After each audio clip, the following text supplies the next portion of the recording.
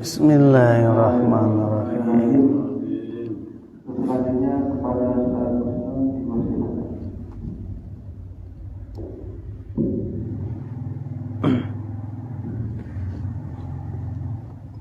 Assalamualaikum warahmatullahi wabarakatuh. Waalaikumsalam warahmatullahi wabarakatuh.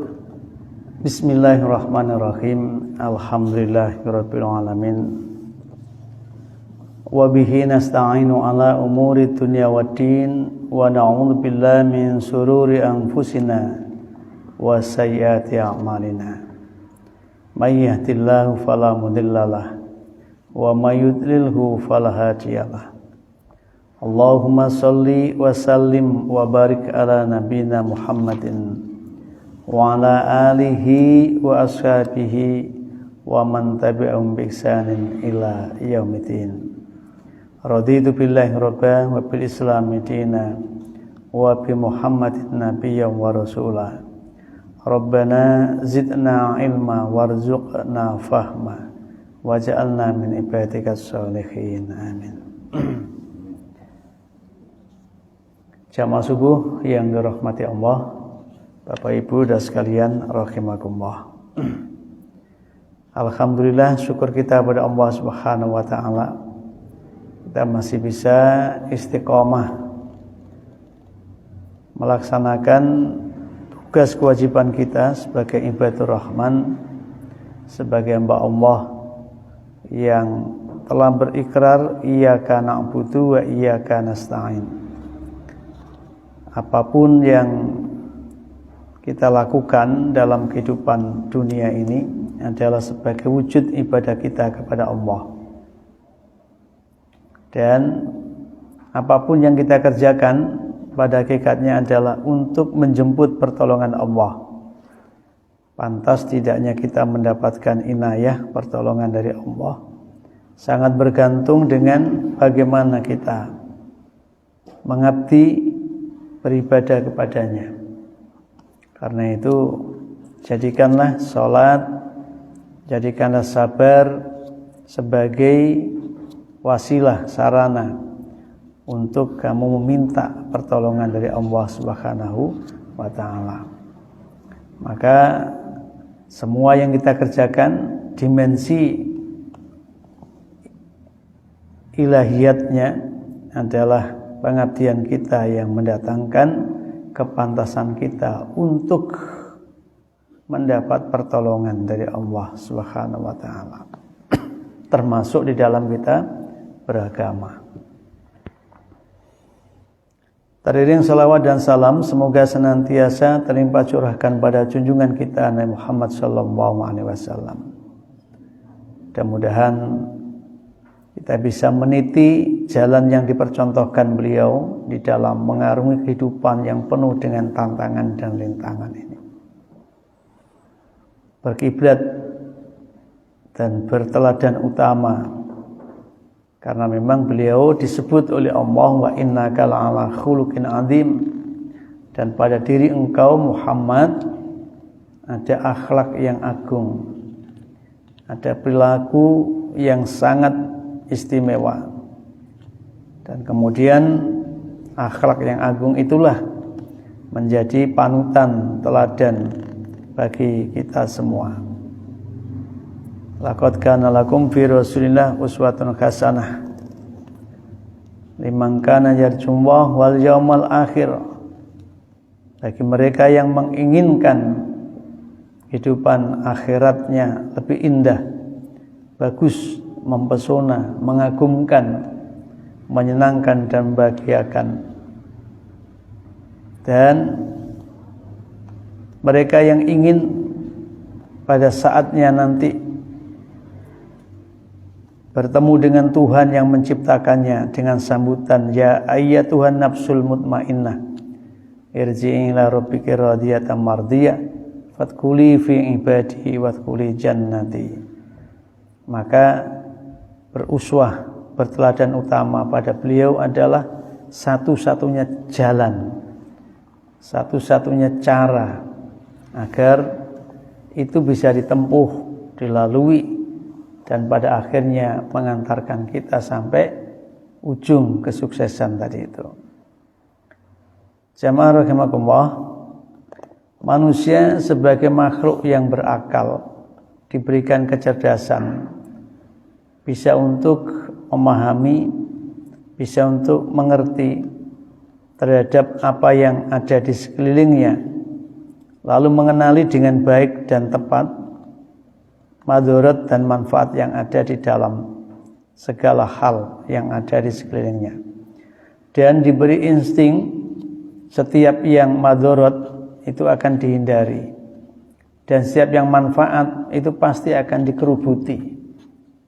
Manusia dengan akal cerdasnya bisa memilah dan memilih segala hal yang bermanfaat baginya untuk diambil, untuk dilakukan, dan menghindari ragam hal yang bisa untuk membahayakan terhadap dirinya.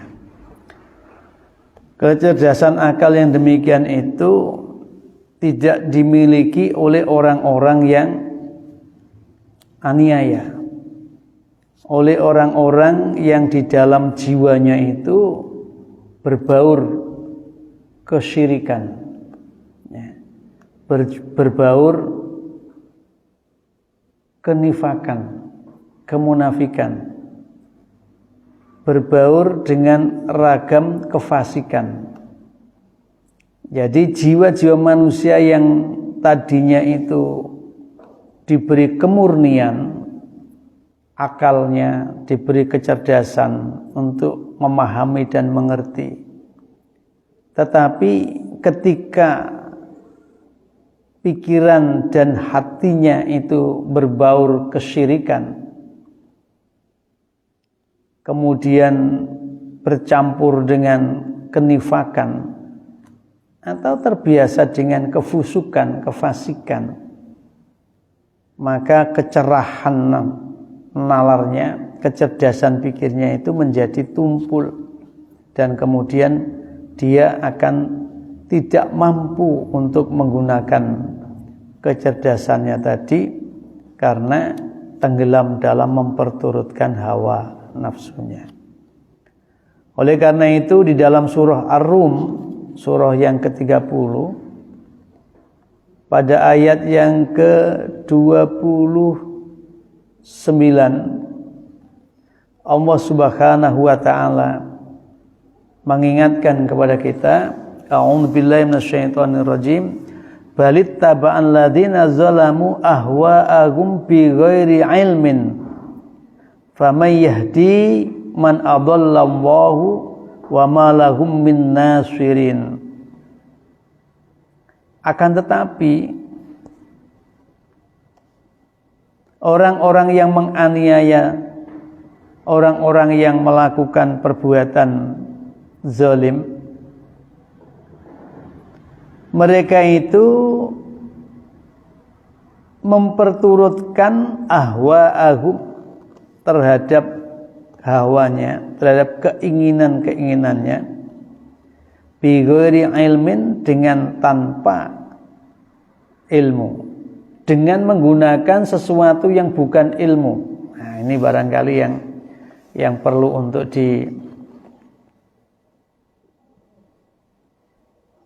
wawasan kita diperdalam, diperluas terkait dengan makna ilmin. Karena setiap manusia tadi saya katakan punya kecerdasan. Dengan kecerdasan itu kemudian bisa untuk memilah dan memilih sesuatu berdasar manfaat dan madharat. Umumnya pilihan-pilihan manusia dalam menentukan ini madharat atau manfaat bagi dirinya, bagi kehidupan sesamanya, bagi kehidupan semestanya, itu sangat terbatas. Pengetahuan mengenai itu semua sangat terbatas karena manusia itu tidak memiliki pengalaman yang utuh mengenai kehidupannya sendiri. Jadi masa yang dulu, sebelum dia memiliki kesadaran dan punya pengetahuan, dia hidup di alam yang seperti apa, dia sudah lupa itu, sudah tidak ingat lagi. Sementara terhadap masa yang akan juga tidak ada kepastian yang bisa untuk menjamin pengetahuan manusia itu pasti tepat di dalam mengasumsi atau membuat hipotesa, ya, membuat simpulan-simpulan sementara. Bahkan tidak hanya itu, apa yang sedang terjadi pada dirinya dan apa yang sedang terjadi di sekelilingnya, manusia pun tidak bisa mengerti dengan utuh. Sehingga yang dimengerti itu ya apa yang jadi pengalaman dia, apa yang dirasakan, apa yang bersinggungan dengan pikirannya semata. Terkait dengan yang lain, dia tidak punya kemampuan untuk menjadikan itu sebagai pertimbangan di dalam memutuskan dari pengetahuan yang ia punya tadi itu. Maka kebanyakan mereka yang berlaku aniaya itu mereka yang memperturutkan terhadap hawa-hawanya, kepentingan-kepentingannya, keinginan-keinginannya bighairi ilmin, dengan menggunakan sesuatu yang sebenarnya bukan ilmu. Ya. Jadi pengalaman, pengetahuan yang sebenarnya itu bukan ilmu. Karena ilmu yang mestinya dimiliki oleh setiap orang itu adalah alamal insana malam ya'lam. Ilmu yang mengantarkan manusia itu memiliki kesadaran diri yang kuat, sehingga dia bisa untuk menjadikan pengetahuan yang dimilikinya sebagai wasilah, sebagai sarana, sebagai alat untuk bisa mengungkap tidak hanya yang nampak, tetapi sesuatu yang tidak nampak dari hal-hal yang ada di sekelilingnya.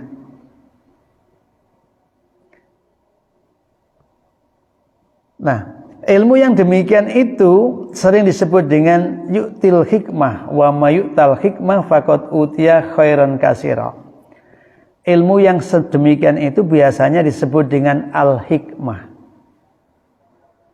yakni bagaimana orang bisa mengerti sesuatu itu secara utuh dan menyeluruh, tidak hanya dari sisi aspek yang tampak, yang kelihatan, atau dari apa yang bisa direspon oleh pikiran sederhananya, tetapi dia bisa memahami rahasia-rahasia di balik daripada kait kelindannya peristiwa dan kejadian itu.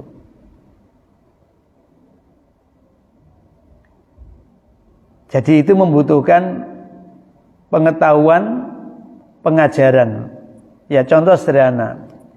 Ketika manusia itu melihat apa yang ada di sekelilingnya, kemudian dia berpikir mengenai sesuatu itu, katakanlah kepada manusia. Dia melihat manusia, lalu berpikir mengenai manusia. Manusia itu makhluk yang seperti ini.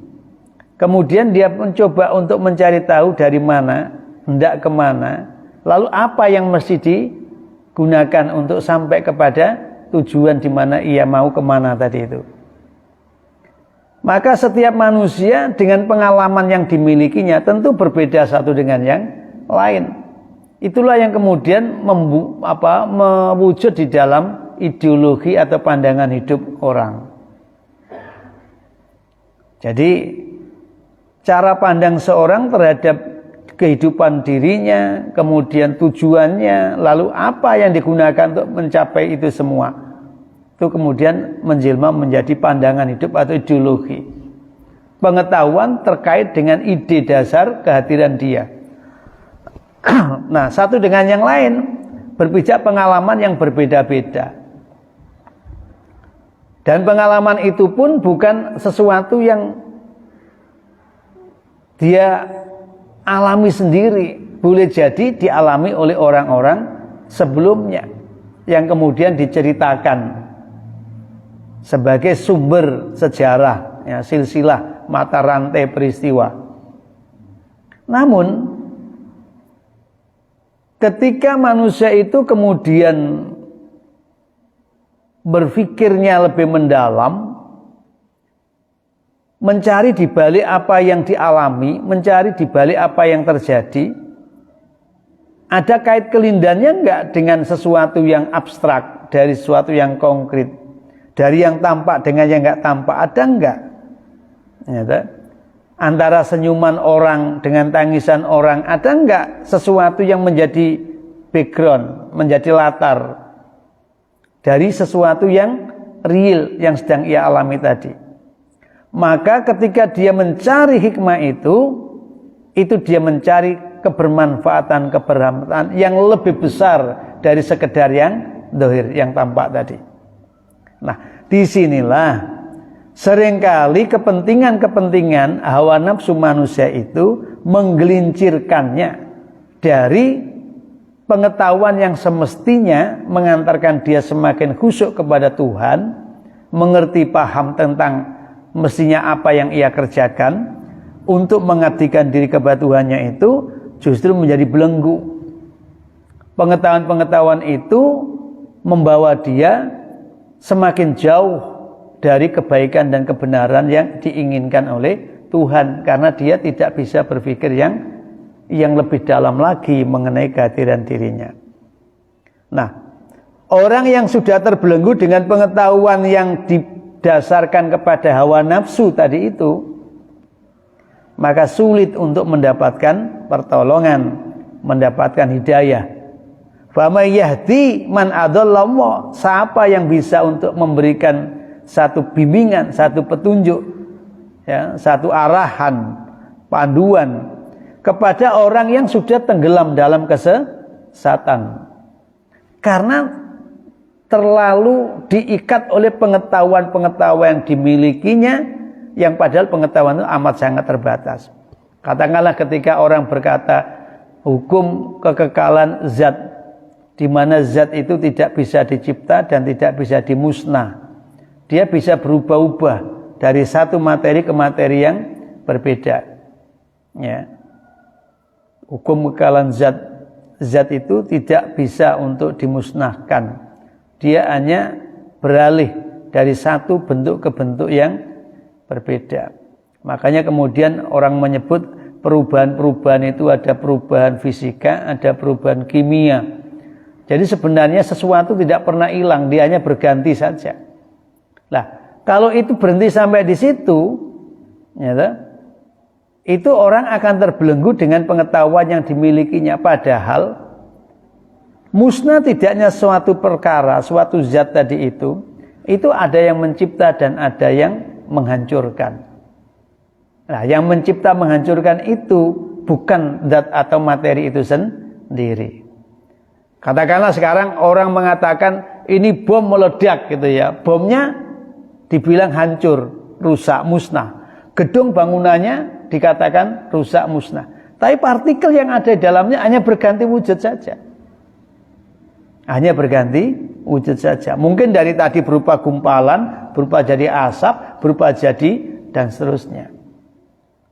Perubahan-perubahan partikelnya saja. Tapi kalau tidak dituntun dengan ilmu yang benar, dia berhenti sampai di situ. Tidak menemukan siapa yang mencipta kekekalan dan siapa yang mencipta kehancuran. Nah, maka ilmu yang dimiliki manusia itu kalau sampai membelenggu dirinya, tidak sampai kepada pencerahan bahwa ada sang pencipta, mereka sudah tersesat dalam pengetahuan yang sebenarnya itu bukan pengetahuan yang murni. Itu egois, ya.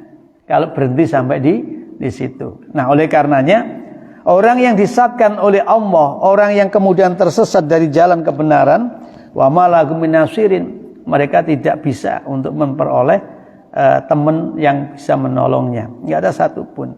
Maka perintah agamanya, fa'aqim wajhaka lid-dini hanifah fitratan wa fatarnasa 'alaiha la tabdila li khalqillah dzalika dinul qayyim walakinna aktsarun nasi la ya'lamun. Maka pikiran-pikiran manusia yang tadi tenggelam di dalam memperturutkan keinginan-keinginannya, memperturutkan hawa nafsunya, ya sampai kepada teori cloning misalkan, manusia itu bisa untuk digandakan, katakan gitu. Nah, kalau itu kemudian tidak diikat dengan norma agama yang menjadi ketentuan yang bisa mengikat kesadaran diri orang menjadi benar, maka sulit orang itu untuk diluruskan.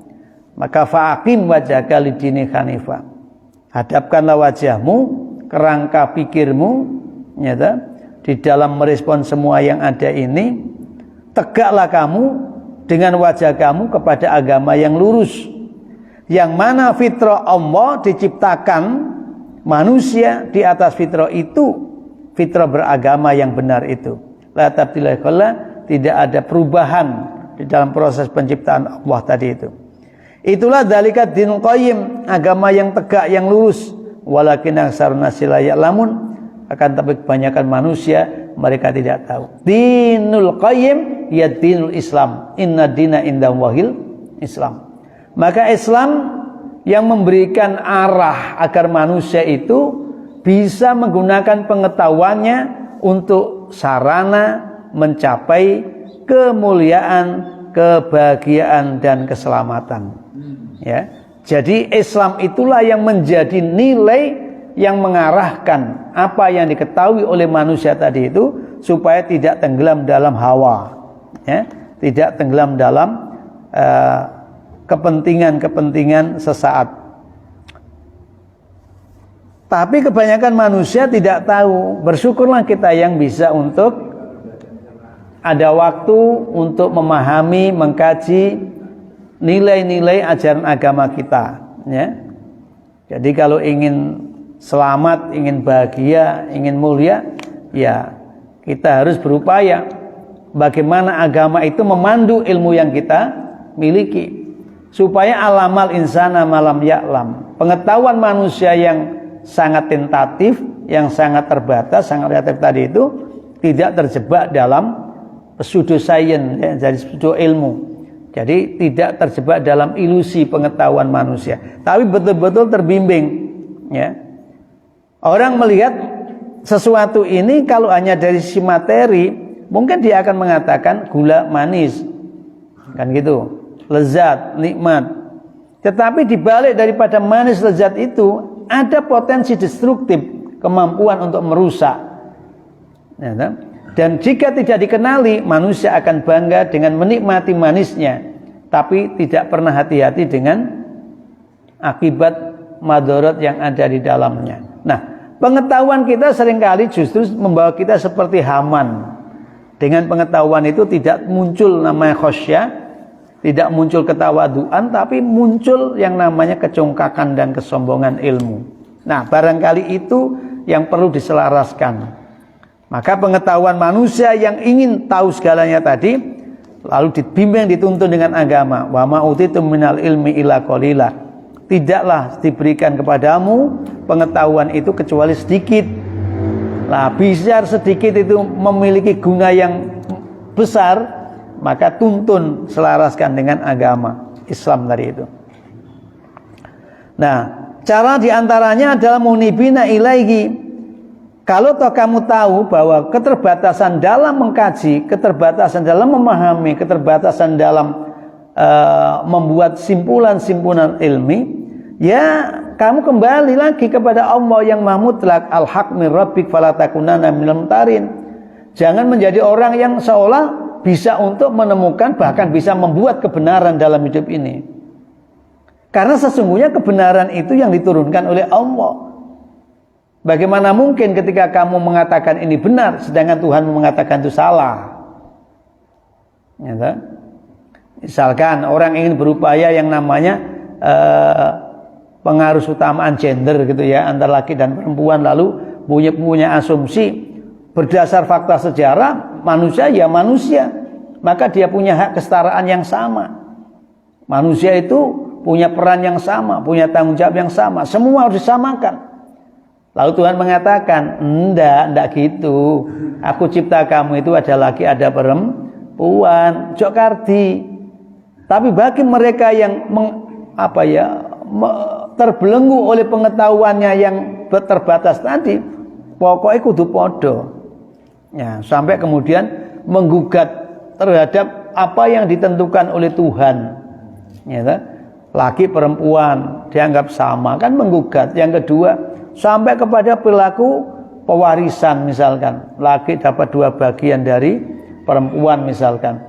Itu kemudian menjadi sesuatu yang seolah yang benar itu hasil telaah dirinya. Sementara apa yang diberikan Tuhan itu dianggap keliru. Padahal nalarnya saja yang masih belum gaduh. Ilmu yang diperoleh sampai dengan dia menyatakan bahwa miliknya yang benar, milik Tuhan yang salah, itu pengetahuannya masih semu, belum sampai kepada kebenaran yang semestinya. Belum sampai pada yang namanya ilmal yakin, ainal yakin, dan hakul yakin. Orang diajari bahwa ketika ia memberi kepada orang semata untuk menegakkan perintah Tuhannya, itu adalah investasi jangka panjang yang luar biasa nilainya. Tetapi manusia mengatakan nggak bisa. Buktinya kalau aku punya uang 1 juta tak berikan 100, tinggal berapa? Berarti yang mengatakan lebih banyak itu goblok itu, nggak bisa hitung-hitungan.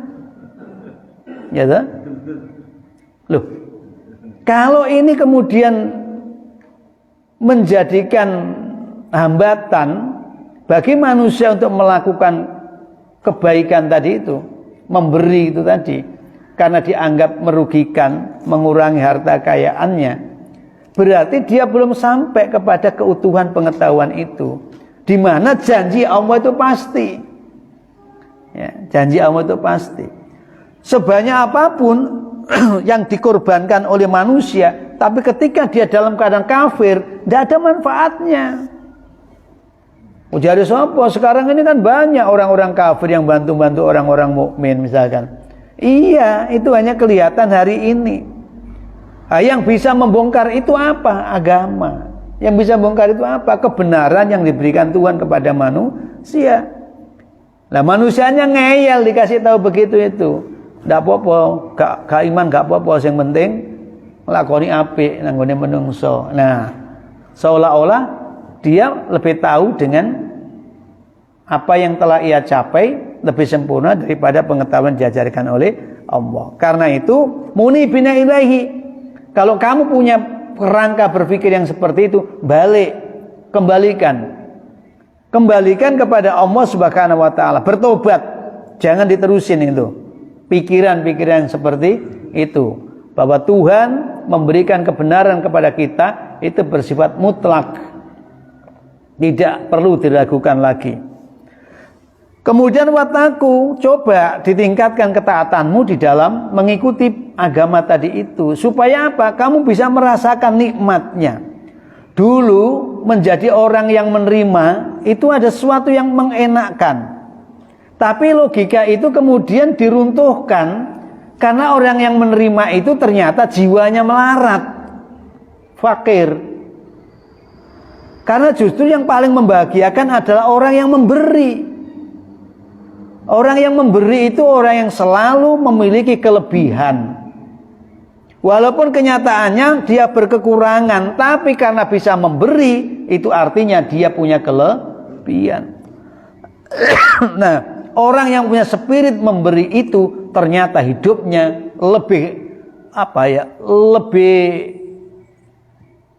cepat untuk mendapat perubahan-perbaikan daripada yang spiritnya menerima. Engko kan ono sing ngekeki. Akhirnya apa? Tidak ada kreativitas, tidak ada inovasi dalam menjalani hidup itu.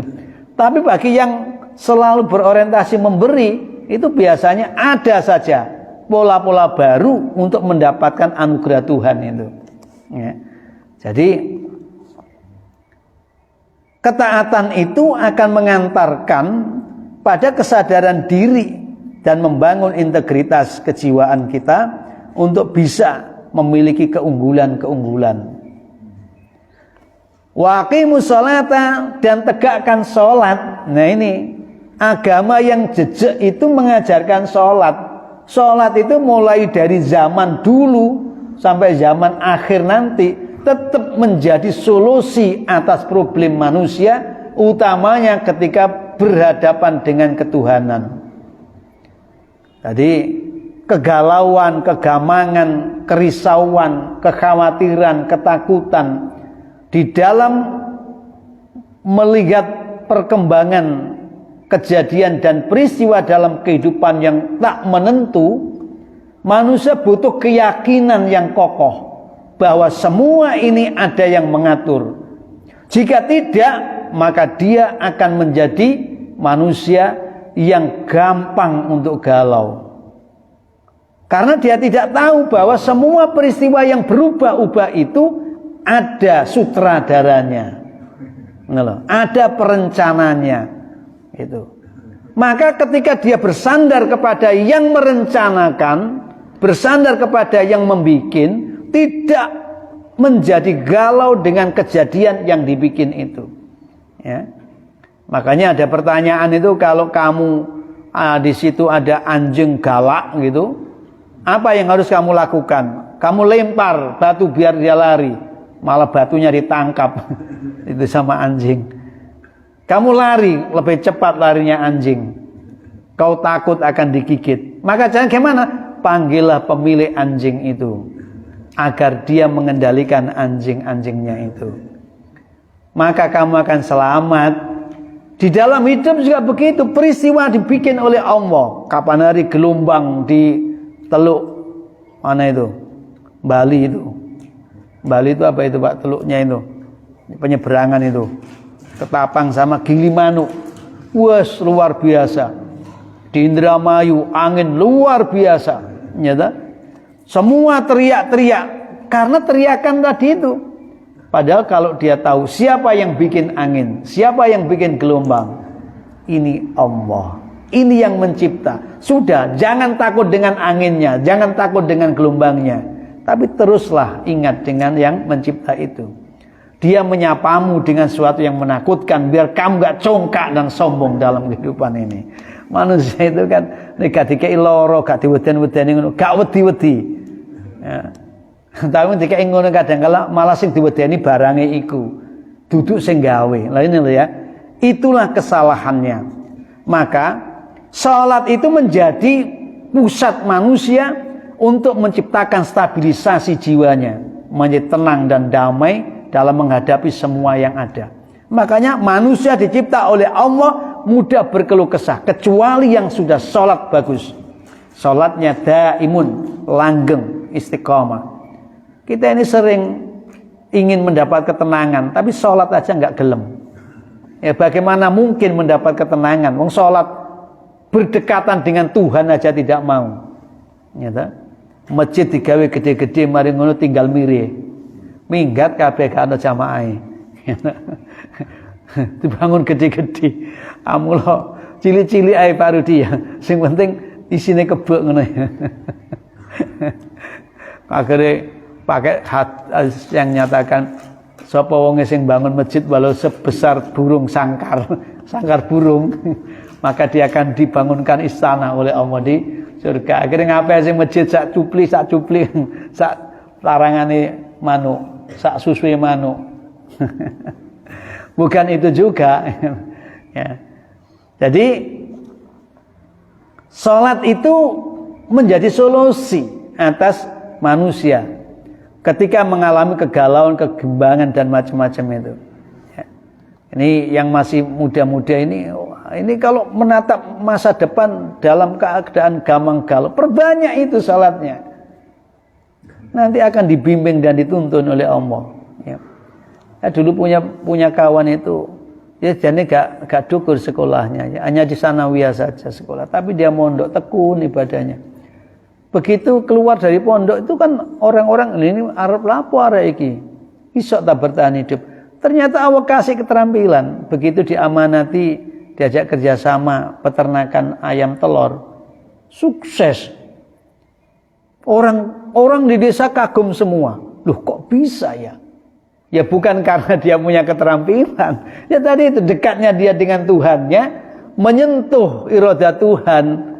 Jadi seakan ya iki, biyen nek pondokan kutu, gak tahu lapo-lapo taat, terus di sini mau ngaji, salat, ngrungokno dawuhe kiyaine. Saiki metu kok donya kaya ngene, ribet ruwete ya, golek pangan kok kaya ngene gitu. Akhirnya Gusti Allah iku ya le kon tak kei dalan iki. Iki kerjasama ini. Sampai hari ini menjadi orang yang sukses.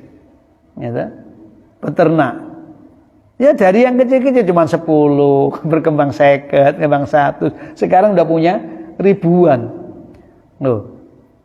Oleh karena itu kedekatan kita dengan Allah itu berada pada waktu sholat. Sedekat-dekatnya hamba dengan Kholiknya ketika sujud. Ya, nah, maka perbanyak sujud itu. Maksudnya sholatnya sing beneh gitu ya. Aqimus sholat wala takunu minal musyrikin. Jangan menjadi bagian orang musyrik. Alladzina minal ladzina faraqu dinahum wa kanu syi'a, yakni dari komunitas yang selalu memecah belah agama mereka dan mereka menjadi bersuku-suku, bersekte-sekte. Kullu hizbin bima ladayhim farihun. Setiap sekte bangga dengan apa yang ada di hadapannya. Nah, barangkali keberagamaan juga sering menjadi sesuatu yang memicu kesalahan kita. Beragama itu bagaimana kita bisa dekat dengan Allah, bisa bermanfaat dengan sama. Tapi nyatanya setan itu membilukkan kita dengan cara tafrik. Kita itu berpecah belah. Makanya di dalam buku risalah Islam berkemajuan itu kita diwanti-wanti berkhidmat untuk keumatan itu, diantaranya adalah menjadi peneguh, pengokoh persatuan atau ukhuwah persaudaraan itu. Jadi kita itu harus menjadi perekat, peneguh, penguat daripada ukhuwah persaudaraan. Apakah persaudaraan atas dasar imaniyah, apalagi atas dasar biladiyah, kebangsaan, atau atas dasar insaniyah, basyariyah, kemanusiaan. Jadi kita harus menanamkan semangat untuk bersatu. Jangan mudah diobok-obok, ya, kayak lagunya Joshua, diobok-obok sampai ikannya pada mabok.